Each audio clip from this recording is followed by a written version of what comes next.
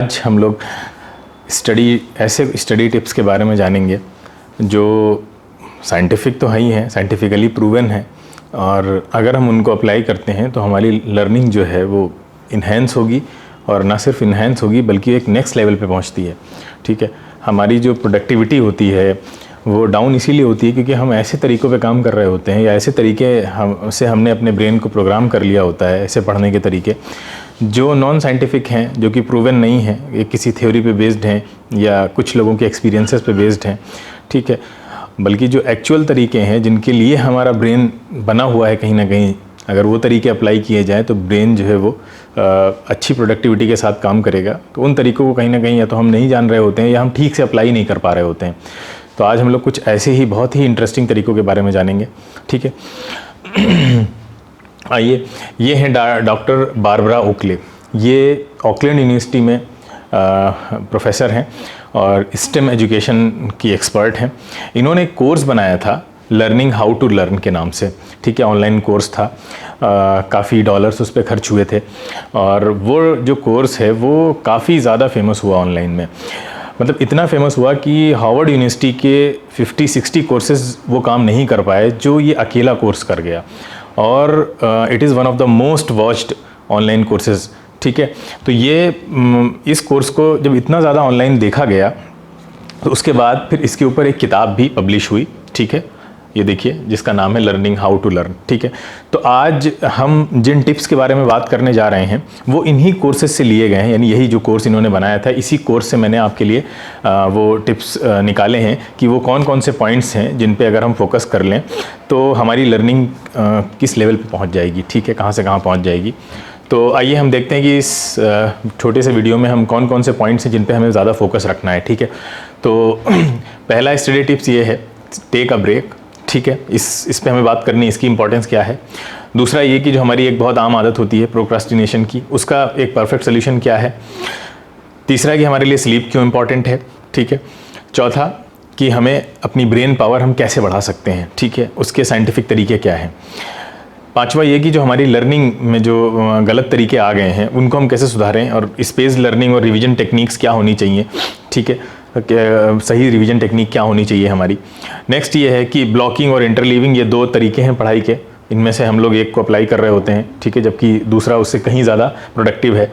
और last test की क्या इंपॉर्टेंस है। ठीक है, तो ये 7 सेक्शन में ये वीडियो जो है वो डिवाइडेड है। तो हर एक सेक्शन पे आप क्या करिएगा, आप वीडियो को पॉज करिएगा जब पहला सेक्शन हो जाए, तो उसको फिर नोट करिएगा कि वहाँ पे सोल्यूशन क्या बताया जा रहा है आपको। ऐसे ही आपके पास 7 पॉइंट्स हो जाने चाहिए इस वीडियो के by the end of time. ठीक है, तो आगे चलते हैं। सबसे पहले हम लोग देखते हैं कि हमारा जो ब्रेन है वो उसके 2 मोड्स होते हैं। ठीक है, यानी जैसे कि हम जब किसी क्वेश्चंस पे बहुत ज़्यादा फोकस्ड होते हैं, ठीक है, वहाँ पे बहुत ज़्यादा मैथमेटिकल ऑपरेशंस कर रहे होते हैं, उस क्वेश्चन को सॉल्व करने की कोशिश कर रहे होते हैं, फिजिक्स का क्वेश्चन है, मैथ्स का क्वेश्चन है, तो उसमें हम मैथमेटिकल फार्मूलाज अप्लाई कर रहे हैं। ठीक है, काफ़ी सोचना पड़ रहा है, तो उस टाइम पे हमारा ब्रेन जिस मोड में होता है उसको हम बोलते हैं फोकस्ड मोड। ठीक है, यानी जब हम काफ़ी फोकस्ड होकर किसी एक प्रॉब्लम पे का सोल्यूशन ढूंढ रहे होते हैं। ठीक है, तो उसके अलावा भी ऐसा नहीं है कि जब हम पढ़ाई कर रहे हैं, किसी के बारे में सोच रहे हैं, तभी हमारा ब्रेन काम कर रहा है। उसके अलावा जब हम रिलैक्स मोड में भी होते हैं, यानी हम नहा रहे हैं या हम सो रहे हैं, ठीक है, हम टहल रहे हैं, वॉकिंग कर रहे हैं, तो उस टाइम पे भी हमारा ब्रेन काम कर रहा होता है। आमतौर पे हमें लगता है कि हम टाइम वेस्ट कर रहे हैं सब काम करते हुए, ऐसा नहीं है। जब आप रिलैक्स कर रहे होते हैं तो आपका ब्रेन फिर एक दूसरे मोड में होता है, और उस मोड को बोलते हैं हम लोग डिफ्यूज मोड। क्या बोलते हैं? Diffuse mode.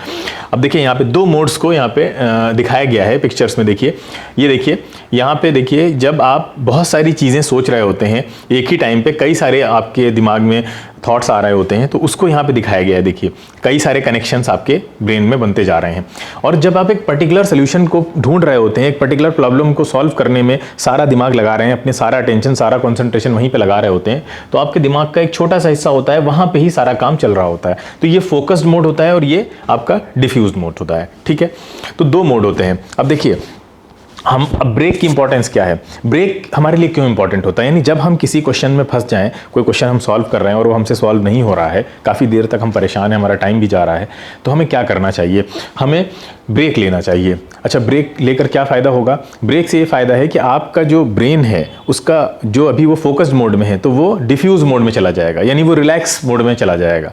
तो जब ब्रेन वहाँ से फोकस मोड से डिफ्यूज़ मोड में जाएगा तो आपको भले ही लगेगा कि मैं टाइम वेस्ट कर रहा हूँ, लेकिन बैकएंड पे आपका जो ब्रेन है वो काम कर रहा है, उस सोल्यूशन पे काम फिर भी कर रहा होता है। और बड़े बड़े साइंटिस्ट का आप इंटरव्यू पढ़िए तो वो ये बताते हैं कि उन्होंने नए नए इन्वेंशन करने के लिए ब्रेक्स का सहारा लिया है, यानी वो फोकस मोड से अपने आप को रिलैक्स मोड में या डिफ्यूज मोड में ले गए हैं, स्विच किया है उन्होंने। तो ब्रेक लेना बहुत ज़रूरी है हमारे लिए, ठीक है। तो पहला पॉइंट आपको नोट करना है कि ब्रेक की इंपॉर्टेंस क्यों है, क्योंकि हमको अपने ब्रेन को फोकस मोड से डिफ्यूज मोड में ले जाना है जब कभी भी हम किसी प्रॉब्लम में स्टक हो जाते हैं, ठीक है। नेक्स्ट चलते हैं, जब हम किसी सब्जेक्ट को लाइक नहीं करते हैं, हमें पसंद नहीं होता है, तो हम उसको क्या करते रहते हैं, डिले करते रहते हैं कि अभी नहीं, बाद में पढ़ लेंगे, बाद में सबसे लास्ट में रखते हैं उसको, ठीक है। तो उसमें भी हम डिले करते रहते हैं उसको। ये जो डिले करने की आदत होती है इसी को प्रोक्रास्टिनेशन कहा जाता है, ठीक है। तो अब जब हमारा दिमाग जब प्रोक्रास्टिनेट करता है, चीज़ों को डिले करता है, तो एक विशियस साइकिल में हम फंस जाते हैं, ठीक है। हम प्रोक्रास्टिनेट करते हैं, फिर हम टाइम वेस्ट कर देते हैं, फिर हमें गिल्ट फील होता है, पैनिक करते हैं, फिर हम लास्ट मोमेंट पे पढ़ाई करने के लिए, ठीक है, एक्सक्यूजेस बनाते हैं। ये सारी चीज़ें मतलब उस सब्जेक्ट से हम पीछे छुड़ाने के लिए करते हैं कि इसको हमें पढ़ना ना पड़े, क्योंकि वो हमारे लिए एक तरह का टॉर्चर हो रहा होता है कहीं ना कहीं, ठीक है। तो ऐसा जब हम कर रहे होते हैं तो हमारे दिमाग में एक पेन फील होता है, एक हिस्सा है हमारे ब्रेन का, इसको बोलते हैं इंसुलर कॉर्टेक्स, वहाँ पे पेन फील होता है, ठीक है। तो ये जो प्रोक्रास्टिनेशन की हैबिट है ये बहुत ख़राब हैबिट है, इससे हम कैसे बच सकते हैं, ठीक है। इससे हमें पोमोडोरो टेक्निक बचा सकती है। अब पोमोडोरो जो है वो टोमेटो होता है उसका इटालियन वर्ड है। तो पोमोडोरो क्या है, बेसिकली ये एक पढ़ाई की टेक्निक है कि अगर हम इसको अप्लाई करते हैं तो हम प्रोक्रास्टिनेशन को ओवरकम कर सकते हैं, ठीक है। कैसे, सबसे पहली चीज़ है कि आप एक स्टॉप वॉच ले लीजिए। स्टॉप वॉच लेकर आप ऐसे रूम में ऐसी जगह बैठ जाइए जहाँ डिस्ट्रैक्शंस ना हो, अपने मोबाइल फ़ोन्स, बाकी चीज़ें जो आपको डिस्ट्रैक्ट करती हैं उसके नोटिफिकेशन बंद कर दीजिए, उसको जो है वो वाइब्रेशन मोड पर लगा दीजिए या स्लीप मोड पर लगा दीजिए। और फिर आपको क्या करना है, उस स्टॉप वॉच में 25 मिनट्स का टाइमर लगाना है आपको, ठीक है। 25 मिनट का टाइमर लगाकर आपको अपना कोई भी ऐसा सब्जेक्ट जो आपको पसंद नहीं है उसको पढ़ना शुरू कर देना है। कोई भी टॉपिक उसका सेलेक्ट कर लीजिए और उसको पढ़ना शुरू कर दीजिए, ठीक है। और आपको अपने दिमाग को ये समझाना है कि बस 25 मिनट की बात है, ठीक है। 25 मिनट के बाद मैं फ्री हो जाऊंगा इस टॉर्चर से, और 25 मिनट तक आपको बैठना है। उसके बाद जैसे ही 25 मिनट के बाद वो आपका स्टॉप वॉच रिंग करेगा, फिर आपको उठ जाना है और 5 मिनट का ब्रेक लेना है, ठीक है। तो एक आपका ये पोमोडोरो सेशन कंप्लीट हो जाएगा। उसके बाद फिर आपको 5 मिनट के बाद 5 से 10 मिनट का भी गैप ले सकते हैं, ठीक है, ब्रेक ले सकते हैं। अब फिर उसके बाद फिर से आपको 25 मिनट उसको पढ़ना है बैठकर, और फिर अपने ब्रेन को ये समझाना है कि बस 25 मिनट की बात है, ठीक है। उसके बाद फिर आपको 5 से 10 मिनट का ब्रेक ले लेना है, ठीक है। तो इस तरह से आप ऐसा करते करते आप उस सब्जेक्ट को कम से कम 2 घंटे 2.5 घंटे दे सकते हैं ईजिली। अच्छा, ये टेक्निक क्यों इतनी इफेक्टिव है, देखिए इसमें भी हमने आपको पीछे बताया था हमारे ब्रेन के 2 मोड्स होते हैं, फोकस मोड और डिफ्यूज मोड, और ब्रेक की इंपॉर्टेंस हमने आपको बताई थी। तो यहाँ पे देखिए वही दोनों मोड्स अप्लाई हो रहे हैं कि जब आप पढ़ रहे हैं तो आपका ब्रेन जो है वो थोड़ी देर के लिए ही सही लेकिन फोकस मोड में चला गया है। उसके बाद जैसे ही आपका जो है वो उस सब्जेक्ट से आपका मन भरने लगेगा या आपका दिल उचाट होने लगेगा, ठीक है, आप बोर होने ही वाले होंगे तो आप ब्रेक ले लेंगे, ठीक है।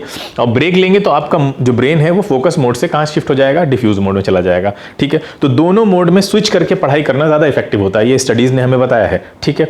तो यहाँ पे हम दोनों मोड्स को स्विच करके पढ़ लेते हैं, और जो सब्जेक्ट हमें पसंद नहीं भी था उसको भी हम कहीं ना कहीं अपने दिमाग को समझाकर पढ़ लेते हैं। देखिए ये चीज़ तो आप भी अप्लाई करते हैं कि आपका ब्रेन जो है वो उसको बेवकूफ़ बनाया जा सकता है, और आप बनाते हैं। जैसे आप कोई इंटरेस्टिंग मूवी देख रहे हैं, ठीक है, या अपना कोई भी वेब सीरीज़ देख रहे हैं, या अपना कोई मैच देख रहे हैं, या गेम खेल रहे हैं, तो उस टाइम पे आपको मम्मी बुला रही हैं कि आप खाना खा लीजिए आके, तो आप क्या बोलते हैं कि मम्मी रुक जाओ, 5 मिनट में आता हूँ, 10 मिनट में आ रहा हूँ, 15 मिनट में आ रहा हूँ। ऐसा करते करते आप आधा 1 घंटा निकाल देते हैं। ऐसे ही तो 5-5 मिनट के लिए जो है वो थोड़ा सा आप स्केप चाहते हैं कि 5 मिनट के लिए बस 5 मिनट की बात है, फिर मैं चला जाऊंगा।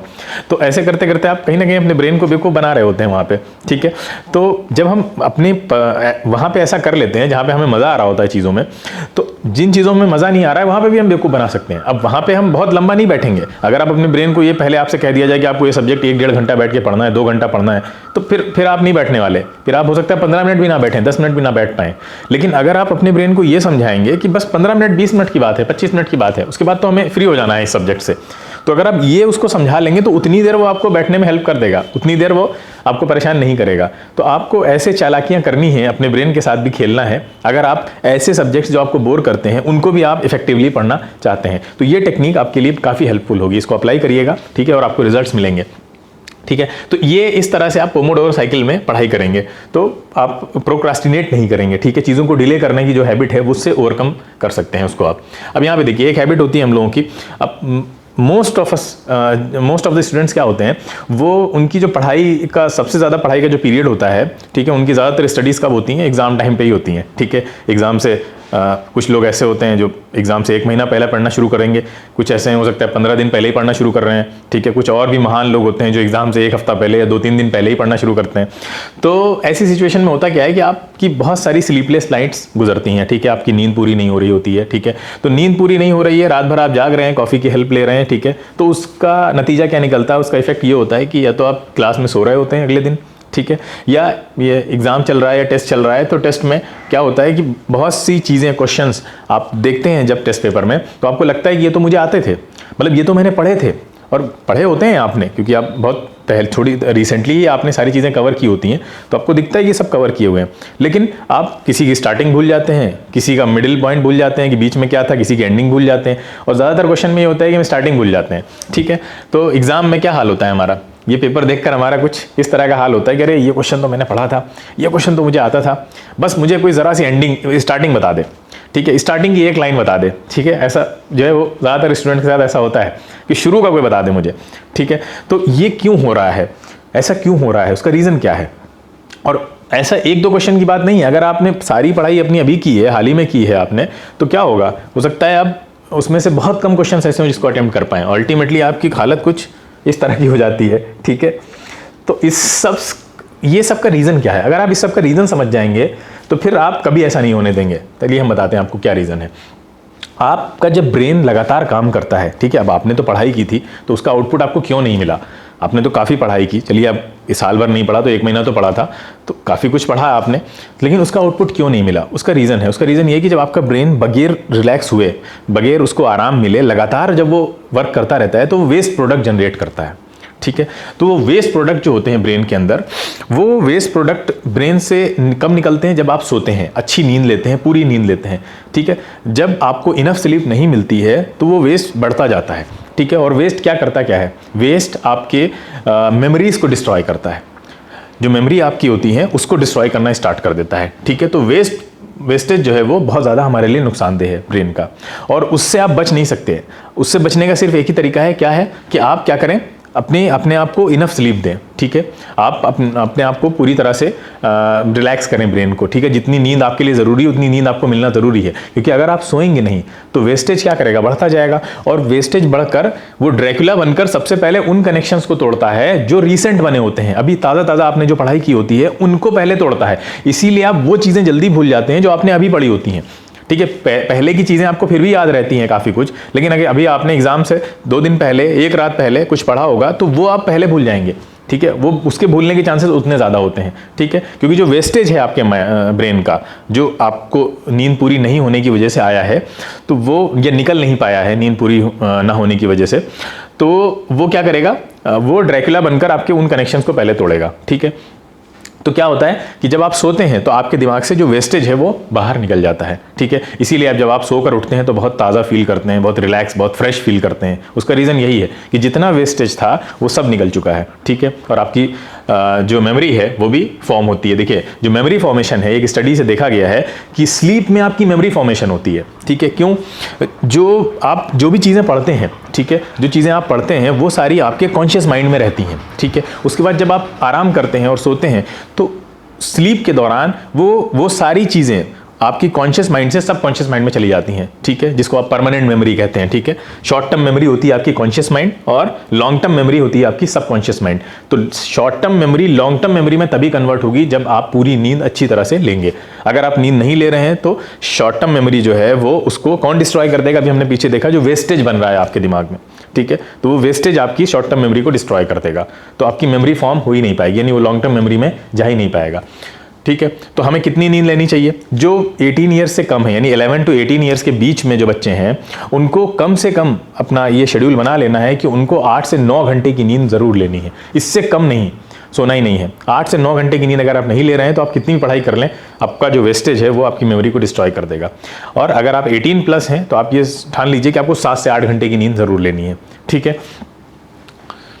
तो स्लीप, और एक और इम्पॉर्टेंट चीज़ है कि जो स्लीप है आपकी, वो आपका थिंकिंग मोड भी है, ठीक है। यानी जो नींद में आप बहुत सारी चीज़ें, यानी जो प्रॉब्लम आप जागते हुए सॉल्व कर रहे होते हैं, उस प्रॉब्लम के बारे में आप सोच रहे होते हैं, उसके बाद जब आप सो जाते हैं तो ऐसा नहीं है कि आपका ब्रेन भी सो गया है साथ में और वो उस प्रॉब्लम पे काम नहीं कर रहा है, वो बैकएंड पे उस प्रॉब्लम के बारे में सोचता रहता है। इसीलिए कई बार ऐसा होता है कि सपने में भी लोगों को उसका सोल्यूशन मिल जाता है प्रॉब्लम का, जिसके बारे में वो जागते हुए सोल्यूशन नहीं मिल रहा था, उस सपने में उनको सोल्यूशन मिल जाता है या सोल्यूशन का आइडिया मिल जाता है, ठीक है। तो sleep is a thinking mode. तो क्या देखा हमने, दूसरे पॉइंट से हमें क्या समझ में आया कि जो स्लीप है वो हमारे लिए क्यों इतनी ज़रूरी है, ठीक है। स्लीप इसलिए ज़रूरी है कि स्लीप अगर ज़्यादा होगी तो आपकी प्रोडक्टिविटी ज़्यादा होगी, और प्रोडक्टिविटी ज़्यादा होगी तो आपको बेटर रिजल्ट मिलेगा, ठीक है। तो more sleep, more productivity and better results. आगे चलते हैं हम लोग। हाँ, एक्सरसाइज। अब देखिए आप सब कहीं ना कहीं यूट्यूब पे सर्च करते होंगे कि ब्रेन पावर को कैसे इंक्रीज़ किया जाए। मम्मी कहती होंगी बादाम खाओ, ठीक है, दूध पियो, ये सब मतलब डाइटरी चीज़ें भी आपको सजेस्ट की जाती हैं, बहुत सी एक्सरसाइज सजेस्ट की जाती हैं। लेकिन जो रिसर्च में देखा गया है, जो न्यूरो साइंस की रिसर्च हुई है, उसमें जो देखा गया है वो सबसे ज़्यादा जो इफ़ेक्टिव तरीका है अपनी ब्रेन पावर को बढ़ाने का, वो एक्सरसाइज है, ठीक है। यानी जब आप अपनी बॉडी को थकाते हैं, ठीक है, एक्सरसाइज करते हैं, किसी भी तरह की एक्सरसाइज हो सकती है, वो कार्डियो हो सकती है, वेट लिफ्टिंग हो सकता है, कुछ भी हो सकता है, तो उससे क्या होता है, उससे ये होता है कि नए न्यूरॉन्स जनरेट होते हैं, ठीक है। नए न्यूरॉन्स जनरेट होते हैं कहाँ? हमारे ब्रेन का एक हिस्सा होता है हिपोकैम्पस, हिपोकैम्पस में नए न्यूरॉन्स जनरेट होते हैं, ठीक है। तो नए न्यूरॉन्स बनेंगे तो क्या होगा? ब्रेन पावर आपकी अल्टीमेटली, यानी दिमाग आपका बढ़ रहा है और ब्रेन पावर आपकी इंक्रीज हो रही है, ठीक है। तो ये देखिए, और ऐसा नहीं है कि ये कोई थ्योरेटिकल चीज़ है, इसकी बार बार जो साइंटिस्ट हैं उन्होंने MRIs के थ्रू इसको प्रूव भी किया है, ठीक है। तो ब्रेन लव द एक्सरसाइज, ठीक है। ब्रेन को सबसे ज़्यादा क्या पसंद है? एक्सरसाइज पसंद है। तो आप अगर एक्सरसाइज कर रहे हैं तो इसका मतलब अपनी ब्रेन पावर को बढ़ा रहे हैं। इसीलिए बहुत से साइंटिस्ट ऐसे हैं जो मतलब रोज़ आधा घंटा या 1 घंटे की जॉगिंग ज़रूर करते हैं, ठीक है। तो क्या सीखा हमने यहाँ पे ये पॉइंट्स कि एक्सरसाइज, ज़्यादा एक्सरसाइज करेंगे हम तो हमारी ब्रेन पावर इंक्रीज होगी, ठीक है। अब एक और हमारी बहुत अजीब सी आदत होती है जिसको हम काफ़ी मतलब नेगेटिवली देखते हैं, वो आदत है भूलने की, ठीक है। भूलने की आदत है, जबकि आपको पता होगा कि भूलने की आदत जो है वो नॉर्मल है, बिल्कुल, ठीक है। उसमें ऐसा कुछ भी नहीं है कि ये मतलब आप अपनी तरफ से आपके अंदर किसी तरह की कोई कमी है, कुछ भी नहीं है। भूलने की आदत बिल्कुल नॉर्मल है, ठीक है। जैसे कि अगर आपने कोई कॉन्सेप्ट अभी पढ़ा तो वो कॉन्सेप्ट आप अगले 20 मिनट्स में उसका 42% भूल जाएंगे, ठीक है, ऑटोमेटिकली भूल चुके होंगे, ठीक है। आगे देखें अगर हम तो एक दिन के अंदर 24 आवर्स के अंदर 67% उसका भूल चुके होंगे आप, ठीक है। एक महीने में देखें तो आप 79% भूल चुके होंगे, और 90 डेज में तो सब कुछ पूरा ऑलमोस्ट सब कुछ भूल चुके होंगे आप, ठीक है। तो भूलने की जो आदत है वो इट इज़ क्वाइट नॉर्मल, ठीक है। तो इससे हम कैसे बच सकते हैं, या इससे हम ओवरकम कैसे कर सकते हैं, या इम्प्रूव कैसे कर सकते हैं कि हमारी जो ये भूलने की आदत है वो कम हो जाए, ठीक है, हम ज़्यादातर चीज़ों को रिटेन रख सकें। तो उसका सबसे अच्छा एक तरीका ये है कि हम जो पढ़ाई है वो अपनी स्पेस्ड रेपिटेशन मोड में करें। स्पेस्ड रेपिटेशन मोड क्या है? स्पेस्ड का मतलब ये है कि हम एक टाइम पे ही सारी पूरा, जैसे हम एक चैप्टर पढ़ रहे हैं, मोशन चैप्टर पढ़ रहे हैं, तो मोशन चैप्टर को एक बार में उठा के ना पढ़ें हम कि अब लेकर बैठें कि आज मुझे खत्म करना है, ऐसे नहीं करना है, ठीक है। उसको सेगमेंट्स में डिवाइड करिए, उसको 5 सेगमेंट में डिवाइड कर दीजिए, ठीक है। और अभी एक सेगमेंट पढ़िए उसका, ठीक है। जैसे आप अभी उसको उठाइए और आप रेस्ट और मोशन का जो कॉन्सेप्ट है उसको पढ़ लीजिए, ठीक है। अगले सेगमेंट में डिस्टेंस और डिस्प्लेसमेंट पढ़ लीजिए, फिर वेलोसिटी और स्पीड पढ़ लीजिए, ठीक है, फिर एक्सेलरेशन पढ़ लीजिए, उसके बाद ग्राफ्स पढ़ लीजिए उसके, ऐसे उसको सेगमेंट में तोड़ लीजिए आप 4 या 5 सेगमेंट्स में। तो इसको बोलते हैं स्पेस्ड, ठीक है, स्पेस्ड लर्निंग, ठीक है। तो स्पेस्ड में पढ़ रहे हैं आप, बॉक्सेज आपने बना लिए कि हमने उसको 5 सेगमेंट में तोड़ लिया और हमें ऐसे पढ़ना है किसी भी चैप्टर के बारे में। अब कभी ये मत सोचिए कि हमें एक बार में उसको सारी चीज़ों को खत्म करना है, ठीक है। और जब आप स्पेस्ड जो है वो लर्निंग करेंगे तो उसका फ़ायदा ये होता है कि हर एक का रिवीजन प्लान आपका बन जाएगा। रिवीजन टेक्निक का सही होना बहुत ज़रूरी है। जैसे कि आपने उसको आज पढ़ा, जैसे आपने आज एक कॉन्सेप्ट पढ़ा डिस्टेंस और डिस्प्लेसमेंट का, ठीक है, उसके आपने सारे क्वेश्चन सॉल्व किए, सब कुछ किया। अब उसके बाद आप उसको जो पहला रिवीजन आपको करना है, आज आपने जितना कुछ भी पढ़ा है डिस्टेंस और डिस्प्लेसमेंट में, उसका पहला रिवीजन आपको आज ही करना है, ठीक है। आज किसी भी टाइम पर आपको सोने से पहले उसको रिवाइज करना है। अगला रिवीजन उसका तीसरे दिन करना है आपको, ठीक है। उसके बाद अगला रिवीजन आपको 10वें दिन करना है, ठीक है। फिर नेक्स्ट रिवीजन उसी चीज़ का, मैं एक चीज़ की बात कर रहा हूँ, पहली जो आपने आज जो कुछ पढ़ा है आपने, ठीक है, उसको अगर आपने 5 ब्लॉक में डिवाइड किया या 5 स्टेप में डिवाइड किया तो पहले स्टेप की रिवीजन की बात हो रही है। तो पहले स्टेप का रिवीजन आपको पहले ही दिन करना है, फिर अगला उसी चीज़ का अगला रिवीजन आपको तीसरे दिन, फिर आपको 10वें दिन करना है, उसके बाद आपको 30 डेज़ के बाद करना है, उसके बाद आखिरी 5वां रिवीजन 90 डेज़ के बाद करना है। तो ये रिवीजन टेक्निक काफ़ी इफेक्टिव है। अगर आप ये रिवीजन टेक्निक बनाते हैं, इससे ज़्यादा भी बना सकते हैं, मतलब मिनिमम इतना तो होना चाहिए और इतना स्पेस्ड होना चाहिए, इतने दिनों बाद आपको करना है, ठीक है। तो ऐसे क्या होगा कि आप स्पेस लर्निंग करेंगे और उसके साथ साथ रेपिटेशन भी होना चाहिए, ठीक है। रेपिटेशन में ये रिवीजन टेक्निक आपको उसका अच्छा इफेक्टिव रेपिटेशन जो है वो करवाएगी, ठीक है। तो ये हम अप्लाई करें तो इससे क्या होगा, जब स्पेस लर्निंग हम करेंगे तो चीज़ें हमारे दिमाग में ज़्यादा टाइम तक रिटेन रहेंगी। जब चीज़ें रिटेन नहीं रहती उसी को तो भूलना बोलते हैं, ठीक है। जब रिटेनिंग पावर हमारी कम हो जाती है तो हम बोलते हैं भूलने की आदत बढ़ गई है। तो भूलने की आदत को कम करके हम रिटेनिंग पावर को कैसे बढ़ा सकते हैं, स्पेस्ड एंड रेपिटेशन मेथड से, ठीक है। तो क्या सीखा हमने कि हमें क्या करना है, हमें स्टडी स्मार्टर नॉट लॉन्गर, ठीक है। हमें स्मार्ट स्टडी करनी ज़रूरी है, ठीक। कई बार ऐसा होता है, कई बच्चों के साथ भी ऐसा होता है कि बहुत पढ़ाई करते हैं वो, ठीक है, साल भर पढ़ाई कर रहे हैं, बहुत अच्छी पढ़ाई कर रहे हैं, लेकिन जो उनका आउटपुट है वो उतना अच्छा नहीं आता है। कई बार ऐसा होता है उनके सामने लड़का उनसे मतलब अगर उन्होंने 10 घंटे पढ़ाई की है या 16 घंटे पढ़ाई की है तो दूसरा लड़का उनके सामने 4 या 5 घंटे 6 घंटे पढ़कर ही उनसे ज़्यादा मार्क्स आ रहे हैं, उनसे ज़्यादा प्रोडक्टिव है, उनसे ज़्यादा एक्टिव है, ठीक है। तो ऐसा क्यों हो रहा है? ऐसा इसलिए हो रहा है कि मतलब आप स्टडी हार्ड तो कर रहे हैं लेकिन स्मार्ट तरीके अप्लाई नहीं कर रहे हैं आप। तो आपको स्मार्टर बनना है आज के टाइम पे, ठीक है। आगे जाना है अगर आपको दूसरों से, तो आपको लंबी स्टडी करने की उतना फ़ायदा शायद ना मिले। अगर आप स्मार्ट तरीके, स्मार्ट टेक्निक्स आपको डेवलप करें पढ़ने के लिए तो आपके ब्रेन पे स्ट्रेन भी कम आएगा, आपको प्रेशर भी कम आएगा आपके ऊपर, ठीक है, और आपको रिजल्ट्स भी अच्छे मिलेंगे, ठीक है। तो उसका तरीका सबसे अच्छा ये है कि हम कम टाइम में ज़्यादा स्टडी कैसे कर सकते हैं। इसका मतलब यही है कि आप इफेक्टिव स्टडी कर रहे हैं, कितना कर रहे हैं, ठीक है। अगर आप 15-16 घंटे पढ़ रहे हैं और वो स्टडी इफेक्टिव नहीं है तो कोई फ़ायदा नहीं है, ठीक है। अगला क्या टिप्स है आपके लिए? अगली टिप्स ये है कि हम क्या करते हैं कि जैसे हमारी एक आदत होती है कि हम ब्लॉक्स में पढ़ाई करते हैं। ब्लॉक्स में क्या, जैसे हमने मान लीजिए फिजिक्स उठाई तो हम 3 घंटे 2 घंटे फिजिक्स ही पढ़ रहे हैं, उसके बाद फिर हमने केमिस्ट्री उठाई तो 3 घंटे केमिस्ट्री पढ़ रहे हैं, फिर मैथ्स उठाई तो मैथ्स 3 घंटे पढ़ रहे हैं। इसको बोलते हैं ब्लॉक टेक्निक्स। ब्लॉक टेक्निक्स उतनी इफेक्टिव नहीं होती है, ठीक है। इसी से मोनोटनी भी आने लगती है, बोर्डम भी आ जाता है, हम बोर होने लगते हैं। इससे अच्छा तरीका ये होता है कि आप इस एक ब्लॉक में जो आप फिजिक्स पढ़ रहे थे उसको 3 पार्ट्स में डिवाइड कर लीजिए, ठीक है। 3 पार्ट्स में डिवाइड कीजिए और पहले पार्ट में आप फिजिक्स पढ़िए, दूसरे पार्ट में केमिस्ट्री, तीसरे पार्ट में आप मैथ्स या कोई भी और सब्जेक्ट जो भी पढ़ना चाहते हैं आप, ठीक है। तो आप 1-1 घंटे का 3 आपने बना लिया, ठीक है। तो 3 पार्ट में उसको डिवाइड कर लिया आपने कि 1 घंटा, हम 3 घंटे फिजिक्स पढ़ने से अच्छा है 1 घंटा फिजिक्स पढ़िए, 1 घंटा केमिस्ट्री पढ़िए, 1 घंटा कोई और सब्जेक्ट पढ़िए, ठीक है, मैथ्स पढ़िए, बायो पढ़िए, ठीक है। तो इसको बोलते हैं इंटरलीविंग मेथड, ठीक है, इंटरलीव्ड मेथड। तो इंटरलीव्ड मेथड में क्या होता है, चीज़ों को मिक्स करके पढ़िए। ऐसा नहीं एक चीज़ उठाई आपने बस एक ही चीज़ को पढ़ रहे हैं बैठ के, ठीक है। चीज़ों को मिक्स करके पढ़ेंगे तो मोनोटनी नहीं आएगी और आपका ब्रेन जो है वो दोनों को, मतलब हर एक सब्जेक्ट को इफेक्टिवली कैप्चर करेगा, ठीक है, उस पर ध्यान दे पाएगा।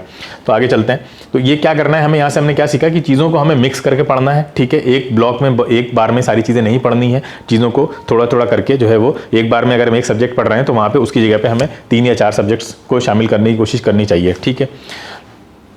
तो क्या सीखा हमने यहाँ पे कि हमें स्मॉल चंक्स ऑफ टाइम में स्टडी करनी है। अब देखिए यहाँ पे सारी चीज़ें रिलेटेड है। पोमोडोरो टेक्निक में यही बताया गया आपको कि आपको 25 मिनट्स पढ़ना है, 5 मिनट का ब्रेक लेना है, ठीक है। उसके बाद फिर आप अब आप ज़रूरी नहीं है उसी चीज़ को कंटिन्यू करें। अब कई बार ऐसा होता है कि आप कोई टॉपिक उठाए आपने, अब वो टॉपिक 25 मिनट्स में नहीं खत्म हो रहा है तो क्या करें, तो कुछ नहीं करना है आपको, वहीं पर उसको छोड़ देना है, ठीक है। आप 25 मिनट के बाद आप उसको लीव करिए, अगली बार फिर आपको वहीं पढ़ना है। और इस पर स्टडीज़ हो चुकी हैं कि जब आप ऐसे पढ़ते पढ़ते कोई चीज़ अधूरी छोड़ देते हैं तो वो और ज़्यादा आपके दिमाग में बैठने लगती है, इफेक्टिवली काम करने लगती है। आपका जो ब्रेन है वो रिलैक्स मोड में भी जब आप होते हैं तो भी, यानी डिफ्यूज़ मोड में जब वो होता है तब भी उसके बारे में सोच रहा होता है। तो इस पे बिल्कुल भी परेशान होने की ज़रूरत नहीं है। आप उसको दोबारा जब स्टार्ट करेंगे फिर से आप वहाँ से शुरू कर सकते हैं। या आप ऐसा भी कर सकते हैं कि अगर मान लीजिए 25 मिनट्स होने वाले हैं और अभी आपने उसको स्टार्ट किया तो उसको वहीं पे छोड़ दीजिए। और दूसरा तरीका ये हो सकता है कि अब मान लीजिए आप स्टार्ट कर चुके थे और बस वो ख़त्म होने वाला है और आपका जो अलार्म है वो बच गया, तो आपको लगता है कि 2, 3, 4, 5 मिनट अगर हम और दे दें तो ये हम फिनिश कर लेंगे, तो आप फिनिश भी कर सकते हैं। ऐसा कोई हार्ड एंड फास्ट रूल नहीं है कि आपको 25 मिनट्स में उठ ही जाना है। आप 2, 4, 5 मिनट इधर उधर भी कर सकते हैं, ठीक है, एज़ पर योर कन्वीनियंस। तो चीज़ों को मिक्स करके पढ़ना है और स्मॉल चंक्स ऑफ टाइम में पढ़ना है, ठीक है। आगे चलते हैं। हाँ, जो सब लास्ट चीज़ है जो सबसे ज़्यादा इंपॉर्टेंट है हमारे लिए वो है टेस्ट। एक स्टडी कराई गई थी करीब 40 कंट्रीज़ में, उसमें ये देखा गया कि कौन से ऐसे बच्चे हैं जिनके सबसे अच्छे मार्क्स आते हैं, ठीक है। क्या वो बहुत ज़्यादा पढ़ने वाले बच्चे हैं, क्या बहुत ज़्यादा IQ वाले बच्चे हैं, ठीक है, बहुत हार्ड वर्कर हैं, मतलब बहुत ज़्यादा लेबोरियस हैं। तो देखा गया कि वो उन बच्चों के नंबर ज़्यादा आते हैं जो टेस्ट ज़्यादा देते हैं, ठीक है। यानी वो ना वो बहुत IQ वाले बच्चे हैं, ना वो बहुत ज़्यादा पढ़ने वाले, बहुत ज़्यादा दिन रात रिवीजन ही करते रहने वाले बच्चे हैं। वो क्या है, वो ज़्यादा टेस्ट देते हैं। तो टेस्ट की इंपॉर्टेंस बहुत ज़्यादा है कि हमें टेस्ट ज़्यादा से ज़्यादा देना है। अच्छा, टेस्ट देना है तो टेस्ट कैसा होना चाहिए, इस पर भी जो है वो स्टडी हुई कि टेस्ट भी वैसा ही होना चाहिए जैसा टेस्ट आप एक्चुअल में एग्जाम में फेस करने वाले हैं। यानी उसमें डिफिकल्टी लेवल भी वैसा ही होना चाहिए। अगर वो मॉडरेट लेवल के क्वेश्चन आते हैं तो मॉडरेट लेवल के क्वेश्चन हो, ईजी आते हैं तो ईजी भी हो, डिफिकल्ट भी हो, ठीक है। इन सबका मिक्सचर आता है तो पूरा वैसे ही पेपर हो, ठीक है। और सिर्फ पेपर ही नहीं बल्कि जो इन्वायरमेंटल कंडीशन है, जिस एटमॉस्फेयर में बैठकर आप दे रहे हैं पेपर, जैसा आपको वहाँ मिलने वाला है एक्चुअल एग्जाम में, वैसे ही एनवायरनमेंट को आप अपने यहाँ क्रिएट करिए, ठीक है। जहाँ पे भी आप घर पे दे रहे हैं तो ऐसे ही रूम को सेलेक्ट करिए। जहाँ पे अगर वहाँ AC नहीं होनी है तो यहाँ पे भी AC बंद करिए, खाली फैन में दीजिए। और अगर आपको ऐसा लगता है कि वहाँ फ़ैन भी हो सकता है बंद मिले, कभी लाइट चली जाए, तो आप ऐसी भी सिचुएशन में भी पेपर देने की कोशिश कीजिए। जब फ़ैन बंद है तब देखिए आपकी एफिशिएंसी है, प्रोडक्टिविटी पे क्या असर पड़ता है, उसके बाद आपके मार्क्स कितने आ रहे हैं। तो ये बहुत इफेक्टिव तरीका है। और लोग टेस्ट से क्यों डरते हैं? बच्चे टेस्ट से इसलिए डरते हैं कि उनको जब वो रिवीजन कर रहे होते हैं तो उसमें वो स्टडी सॉलिड नहीं हो पा रही होती, उनको ये पता नहीं होता है कि ये टॉपिक हमारा कितना अच्छा तैयार हो गया है। वो तभी पता चलता है जब अपने आप को टेस्ट करते हैं आप। तो टेस्ट से जो डर है आपका, वो आप निकालने का बहुत अच्छा तरीका है कि आप घर में, जैसे आप मान लीजिए आप एक टॉपिक आपने तैयार किया, मान लीजिए डिस्टेंस डिस्प्लेसमेंट तैयार किया, वेलोसिटी, स्पीड और वेलोसिटी एक्सेलरेशन ये तैयार किया आपने, तो अब आप अपने आप को टेस्ट कीजिए। उससे रिलेटेड आप 5 या 10 क्वेश्चंस नोट कीजिए, एक पेपर बनाइए, खुद बनाइए, ठीक है। और उसको पूरी ईमानदारी के साथ ऑनेस्टली उसको अटेम्प्ट कीजिए और उसके बाद देखिए आपने कितनी गलतियां की। तो तब आपको पता चलेगा कि वो पर्टिकुलर कॉन्सेप्ट आपको कितना अच्छे से आता है। अदरवाइज आप उसके 10 रिवीजन भी कर जाएंगे तो कोई फायदा नहीं है, अगर आपने अपने आप को टेस्ट नहीं किया है। तो अगर आप खुद को टेस्ट करना शुरू करेंगे तो आपके अंदर से जो फियर है टेस्ट के लिए वो निकल जाएगा, एग्जाम्स के लिए जो फियर है वो निकल जाएगा, ठीक है। तो टेस्ट करना बहुत ज़रूरी है, ठीक है। तो टेस्ट इज़ द की। अगर आप टेस्ट नहीं दे रहे हैं तो आपकी सॉलिड स्टडी नहीं हो रही है, ठीक है। आपको एग्जाम में बहुत दिक्कत होने वाली है, ठीक है। फिर आप खुद सोचेंगे कि फिर मेरे नंबर क्यों कम आ रहे हैं, मैंने तो बहुत रिवीजन किया था, मल्टीपल रिवीजन्स किए थे, ठीक है। रिवीजन की इंपॉर्टेंस तब है जब आप उसके साथ टेस्ट को इंक्लूड करें, ठीक है। और ये गलत नहीं होगा कहना कि test is the best form of revision, ठीक है। टेस्ट से अच्छा कोई रिवीजन नहीं होता है, ठीक है। तो और हमें जब पढ़ना भी है, जब हम मतलब पढ़ाई का भी हमें तरीका होता है कि हम आवर्स मतलब घंटे डिवाइड कर लेते हैं कि मैंने जो है वो आधा घंटा ये पढ़ना है या 1 घंटा मैंने आज पढ़ा, मैंने 4 घंटे आज पढ़े। इस तरह मत, अपना जो आप टाइम टेबल बना रहे हैं या आप जो फीडबैक लिख रहे हैं शाम को कि आपने आज पूरे दिन क्या किया है, तो उसमें आप ये लिखिए कि आपने आज, ये मत लिखिए कि कितने घंटे आपने कौन सा सब्जेक्ट पढ़ा, ये लिखिए कि आपने किस सब्जेक्ट का कौन सा टॉपिक कंप्लीट कर लिया है आपने। तो टॉपिक वाइज मेंशन होना चाहिए कि आपने फिजिक्स में फोर्स कर लिया है, ठीक है। मैथ्स में आपने क्वाड्रेटिक इक्वेशन कर ली, उसका कौन सा हिस्सा कर लिया है, ठीक है। केमिस्ट्री में आपने क्या कर लिया है, ठीक है। तो हर एक सब्जेक्ट में आपको पर्टिकुलर कौन सा टॉपिक आपने कवर किया है, इसको नोटबुक में नोट डाउन कीजिए, ठीक है। और क्या आपने उस टॉपिक का टेस्ट दिया है या नहीं है। अगर आपने उस टॉपिक को तैयार करने के बाद उसका टेस्ट दिया है तो ही आप समझिए कि वो सॉलिड है आपका। उसके आगे लिखिए कि हाँ मैं सॉलिडली तैयार है, या कितना % तैयार है। अगर आप टेस्ट नहीं दे रहे हैं तो आपको ये भी नहीं पता है कि वो टॉपिक आपने पढ़ तो लिया है, लेकिन वो आपको कितना % इफेक्टिवली तैयार हुआ है ये आप कंफर्म नहीं कर सकते। तो अगर आप ऐसे प्रॉपरली टॉपिक को पढ़ेंगे, उसके बाद उसका टेस्ट देंगे, ठीक है, और रिवीजन टेक्निक को फॉलो करेंगे उस तरह से, तो फिर वो टॉपिक आपका मतलब इतना स्ट्रांग हो जाएगा कि फिर आप कभी नहीं भूलेंगे आप उसको, ठीक है। तो ये कुछ जो तरीके हमने देखे 7 मेथड्स है, इनको ध्यान रखिएगा। 7 टिप्स हैं, ठीक है। ये आपकी स्टडी को नेक्स्ट लेवल पे ले जाएंगे, ठीक है। जितनी भी प्रॉब्लम्स आपकी स्टडी में रहती हैं उन सब को इसमें इंक्लूड किया गया है, ठीक है। तो क्या है, हम एक बार ब्रीफ कर देते हैं आपको कि हमें ब्रेक्स की इंपॉर्टेंस को हमने देखा कि अपने जब भी हम किसी प्रॉब्लम में स्टक हो जाए तो हमें ब्रेक लेना है, ठीक है। स्लीप की इंपॉर्टेंस को हमने देखा कि सोना हमारे लिए क्यों ज़रूरी है, अच्छी स्लीप लेना, पूरी नींद लेना बहुत ज़रूरी है हमारे लिए, क्योंकि वेस्टेज बनेगा और वो मेमोरी फॉर्मेशन नहीं होने देगा, डिस्ट्रॉय कर देगा। तो आप परेशान रहेंगे, पढ़ेंगे भी और आपको याद नहीं रहेगा, ठीक है। उसके अलावा हमने देखा कि हम कैसे जो इन टेक्निक सब्जेक्ट्स हैं उनको मिक्स करके कैसे पढ़ें। ब्लॉकिंग मेथड को हमें छोड़ना है, इंटरलीव्ड मेथड को अपनाना है हमें, ठीक है। स्पेस्ड और रेपिटेशन मेथड को अपनाना है हमें, ठीक है। एक्सरसाइज करनी है हमको, ठीक है। एक्सरसाइज ज़रूरी है ब्रेन पावर को इंक्रीज करने के लिए, ठीक है। और कोई भी सब्जेक्ट से अगर हमें प्रॉब्लम हो रही है, यानी प्रोक्रास्टिनेट कर रहे हैं, हम डिले कर रहे हैं, उसे हमें पसंद नहीं है, तो उसे हमें पोमोडोरो टेक्निक अप्लाई करनी है हमें उसमें, ठीक है। और पोमोडोरो टेक्निक जो है वो आप उसको हर एक अपनी पढ़ाई में अप्लाई कर सकते हैं, ठीक है। वो 25 से 5 की जगह आप 30 से 5 कर सकते हैं। आप हर अपना खुद से बना सकते हैं इसको, ठीक है। आप खुद डिसाइड कर सकते हैं कि मुझे इतनी देर पढ़ना है। 50-10 भी होता है, तो आप खुद से बना सकते हैं, ठीक है। कहने का मतलब ये है कि यहाँ पे रिलैक्स होना बहुत ज़रूरी है, आपको अपना फोकस मोड से डिफ्यूज़ मोड में ले जाना बहुत ज़रूरी है, ठीक है। तो ये कुछ टिप्स थे, उम्मीद है आपको काफ़ी हेल्प मिली होगी इससे। तो अगर आपको ये वीडियो पसंद आया है तो इसको ज़्यादा से ज़्यादा लोगों तक शेयर कीजिए, ठीक है। Thanks for watching.